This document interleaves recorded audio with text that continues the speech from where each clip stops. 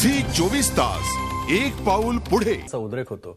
हे सगळं करण्याचं सामर्थ्य ज्या नाटककारामध्ये आहे त्याच्या हातून चांगली नाटकं निर्माण होतात आणि ती नाटकं मग कित्येक वर्ष टिकतात. मग बिलकुल रवींद्रजी, नाटक आणि पुरस्कार याचं जर आपण प्रमाण किंवा ह्याचं नातं जर आपण बघितलं तर तुम्ही त्याचं कसं वर्णन कराल? नेमकं हे काय नातं आणि पुरस्कार, या पुरस्कारांमुळे नाटकांचं केवळ प्रोत्साहन मिळणं हा जो पुरस्कारांचा मुख्य हेतू असतो तेवढ्यापुरतेच हे पुरस्कार मर्यादित आहेत सध्या, की या पुरस्कारांमध्ये आता राजकारण घुसायला लागलंय आणि त्यामुळे तो संपूर्ण प्रकारच आता राजकारणाने बरबटलेला किंवा अत्यंत वाईट प्रवृत्तींकडे झुकायला लागलेला तुम्हाला दिसतो?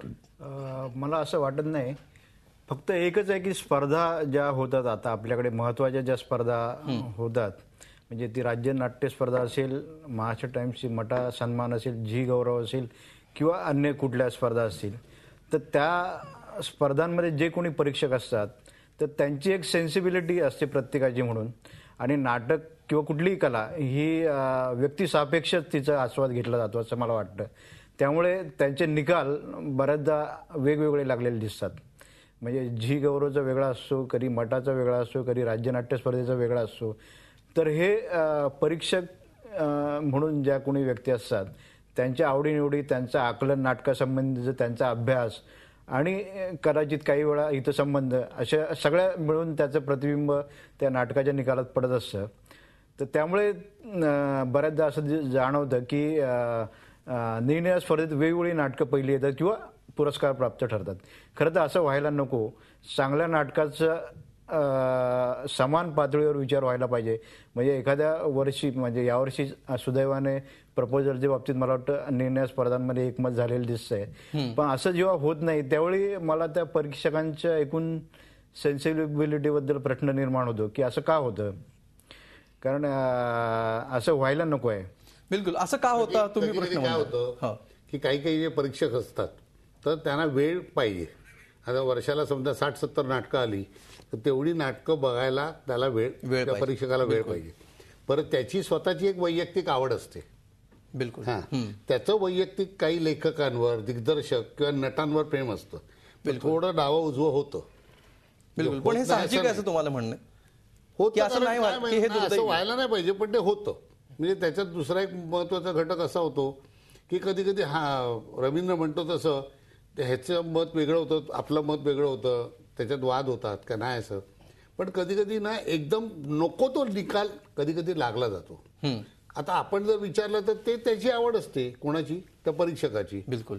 पण त्याची पण एक जातकुळी आहे परीक्षकाची पण. बिलकुल खरं आहे. कारण काय आलं, तेवढे ग्रेट परीक्षक हल्ली कमी आहेत कारण त्याला वेळ पण नसतो कधी कधी. बिलकुल. पण पुरस्कार किती मॅटर करतात हा मुद्दा महत्वाचा आहे की एखाद्या नाटकासाठी पुरस्कार हा किती महत्वाचा आहे. मी ॲज अ निर्माता म्हणून सांगतो की पर्टिक्युलर तुमचं जीचं जे अवॉर्ड फंक्शन होतं त्याच्यात ते 10 वेळा सर्वोत्कृष्ट नाटक असं 10 वेळा 25 वेळा दाखवलं जातं. त्याचं तो लेखक, दिग्दर्शक हे जे सतत रिपिटेशनमध्ये त्या कार्यक्रमाचे जे होतं त्याचा परिणाम होतो, चिकार म्हणजे एका पॉइंटला जर आलं असेल. कशासाठी? प्रमोशनसाठी त्याचं प्रमोशन नाही, प्रमोशनच्या पेक्षा धंद्यासाठी परिणाम चिकार होतो महाराष्ट्रात सगळीकडे. मला एक याच्यात ऍड करावं असं वाटतं की मी एका वेळी राज्यनाट्य स्पर्धेत परीक्षक होतो. त्यावेळी माझ्याबरोबर एक बुजुर्ग नाटककार, ज्यांच्या काही पूर्वीच्या काळी प्रायोगिक काही नाटकं त्यांनी लिहिली होती, नंतर व्यावसायिक नाटकं लिहिली, त्याशिवाय एक माजी सांस्कृतिक संचालक आणि एक ज्येष्ठ नेपथ्यकार आणि मी असे 4 परीक्षक होतो. त्या स्पर्धेत व्हाईट लिली आणि नाईट रायडर नावाचं जे नाटक रसिका जोशी आणि मिलिंद फाटक यांनी लिहिलं होतं, तर ते नाटकच नाही असं त्या तिघांचं म्हणणं होतं. म्हणजे जे नाटकच नाही ते रंगभूमीवर कसं काय टिकू शकतं, हा मुद्दा पहिला येतोच. त्याशिवाय त्यांचं असं म्हणणं होतं की त्या नाटकात अनैतिक विषय मांडलेला आहे जो समाजात अस्तित्वातच नाही, म्हणजे असला तरी 0.999% असेल. तर असं जेव्हा परीक्षक या प्रकारे प्रिज्युडाईज असतात त्यावेळी प्रश्न येतो की ते सेन्सिबिलिटी काय आहे म्हणजे त्या परीक्षकांची. म्हणजे जरी ते नाटकाशी संबंधित असले तरी कित्येक वर्षापूर्वी त्यांनी नाटकं केलेली असतात आणि आता ते पुन्हा त्यांच्या त्या पूर्वीच्या नावलौकिकावर आज ते परीक्षक असतात आणि आजची नाटकं जज करतात. तेव्हा मला प्रश्न पडतो की कसं काय, म्हणजे ते नाटकवाले असूनही त्याचा निकाल वेगळा लागू शकतो ना. म्हणजे आणि हे का होतं याच्यावर पण आपण बोलूया. आपल्याबरोबर सध्या प्रसाद दाणी, लेखक, दिग्दर्शक आणि अभिनेता ठाण्याहून या चर्चेमध्ये सहभागी झालेला आहे. प्रसाद, काही वेळापूर्वीची चर्चा तू ऐकली असतील.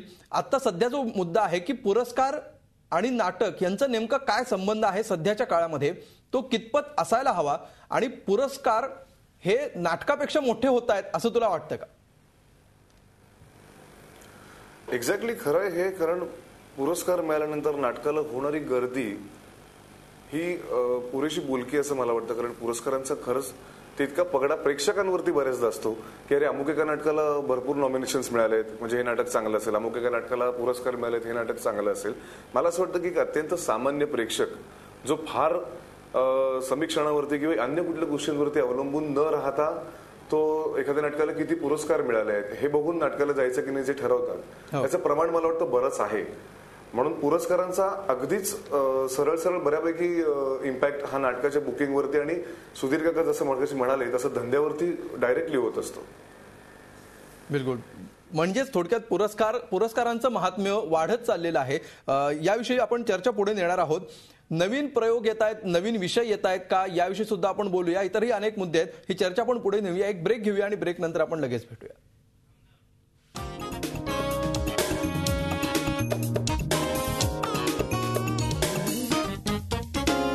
झी 24 तास, एक पाऊल पुढे.